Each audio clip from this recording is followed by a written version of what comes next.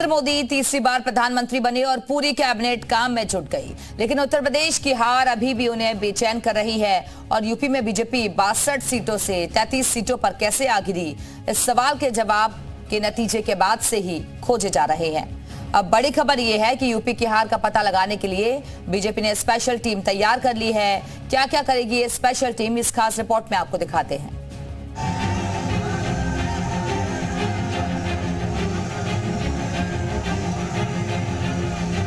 और चारों ओर एक ही नारा गूंज रहा है, अब की बार।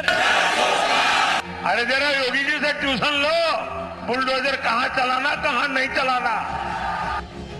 प्रधानमंत्री नरेंद्र मोदी और मुख्यमंत्री योगी आदित्यनाथ की जोड़ी ने पूरा जोर लगा दिया, फिर भी यूपी में बीजेपी की सीट 63 से घटकर 33 रह गई। क्या ये सिर्फ इसलिए हुआ क्योंकि विपक्ष की चुनावी रणनीति ज्यादा बेहतर थी, या फिर बीजेपी भीतर घात से हार गई? इसी सवाल पर यूपी में सियासी समुद्र मंथन हो रहा है। बीजेपी ने एक स्पेशल टीम बनाई है जो ग्राउंड पर जाकर हार की वजह तलाशेगी। स्पेशल टीम के पास वो रिपोर्ट होगी जो पार्टी के पदाधिकारियों ने भेजी है। देखिए अब तक हुआ क्या क्या है। जिन सीटों से बीजेपी के प्रत्याशी हारे हैं उन्होंने अपनी रिपोर्ट भेज दी है। इसके अलावा जिला प्रभारी और जिला अध्यक्षों ने भी हार पर अपनी रिपोर्ट बनाकर प्रदेश मुख्यालय को सौंप दिया है। इस रिपोर्ट में एंटी इनकम्बेंसी से लेकर भीतर घात तक का दावा किया गया है। इसी दावे की पड़ताल करने के लिए स्पेशल टीम उन लोकसभा क्षेत्रों में जाएगी।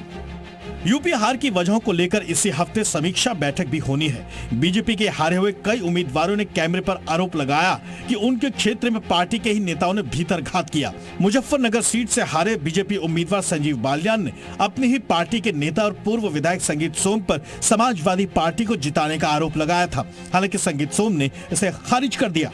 संगीत सोम पर आरोप तो बीजेपी के सहयोगी दल आरएलडी के नेता रोहित अग्रवाल ने भी लगाया था।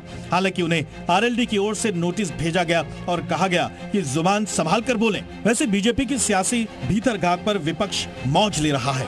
वो यूपी में अपनी कामयाबी का बार बार जिक्र करके बीजेपी को कैसे चढ़ा रहा है, देखिए। अगर ये सरकार 3 महीने भी चल जाए तो आप देखिएगा, क्योंकि इनकी नीयत में सेवा नहीं है, जनता के मुद्दे नहीं है, सिर्फ और सिर्फ लूट खसोट भ्रष्टाचार है। बीजेपी इस समय खासकर उत्तर प्रदेश में सियासी वार पलटवार से दूर रहकर काम कर रही है। खुद योगी आदित्यनाथ चुपचाप बड़े बड़े फैसले ले रहे हैं, जिससे 2024 की हार की भरपाई 2027 के विधानसभा चुनाव में हो सके। ब्यूरो रिपोर्ट, जी मीडिया।